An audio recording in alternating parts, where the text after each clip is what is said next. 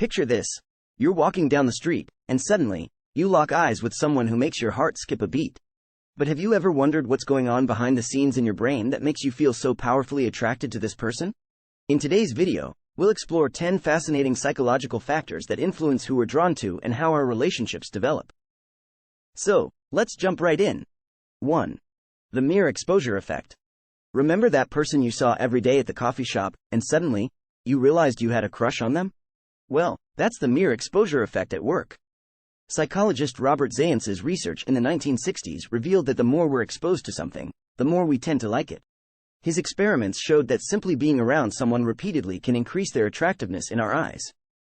Familiarity breeds attraction, and our brains are wired to feel more comfortable with people we see often. 2. The halo effect.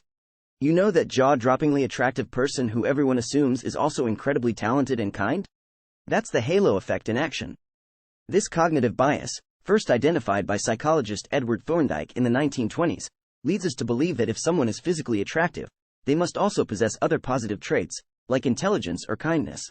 Studies show that we're more likely to attribute positive qualities to good-looking people, even without any evidence to support these assumptions. This effect can significantly influence our first impressions and judgments about others. 3. Similarity-Attraction. You've probably heard the saying, birds of a feather flock together, right?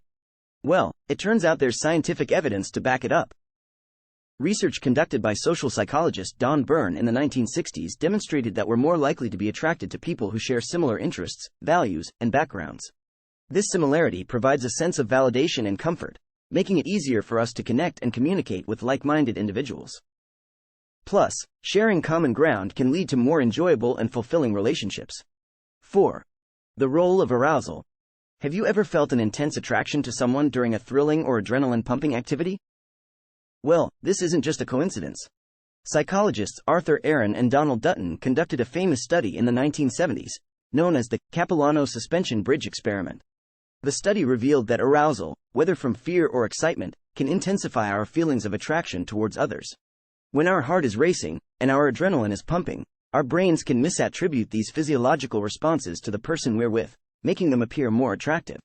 5. Proximity. It's no secret that long-distance relationships can be challenging, and there's a psychological reason behind this. Proximity matters. Research by psychologist Leon Festinger in the 1950s showed that people who live or work near each other are more likely to form relationships, both romantic and platonic. Our daily routines and physical proximity to others can significantly impact the relationships we form, as being nearby makes it easier to interact and bond with others. 6. Reciprocal liking. We all like to be liked, right?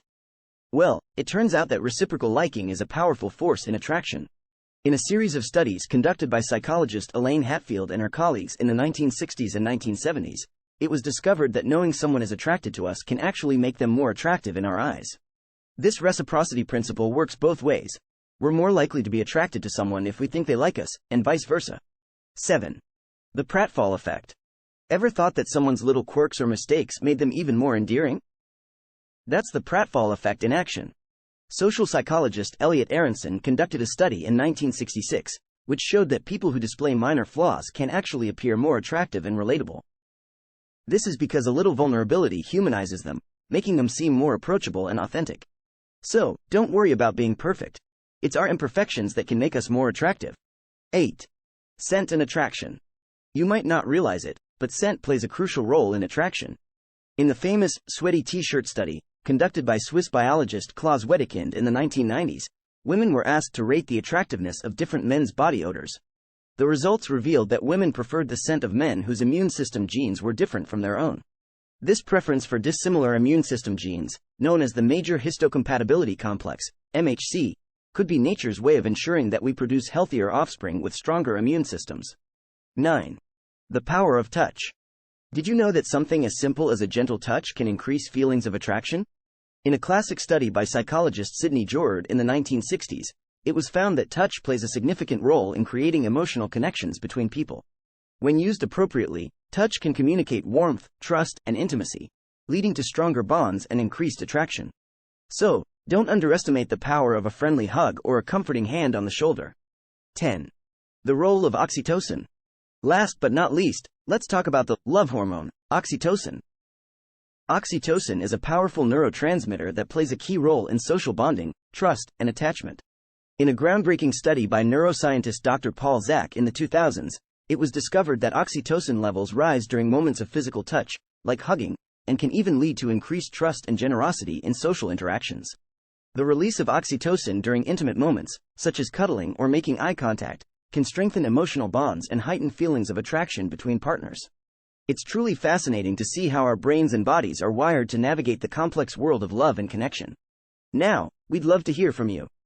Which of these factors resonated with you the most? Have you experienced any of these phenomena in your own relationships? Let us know in the comments below.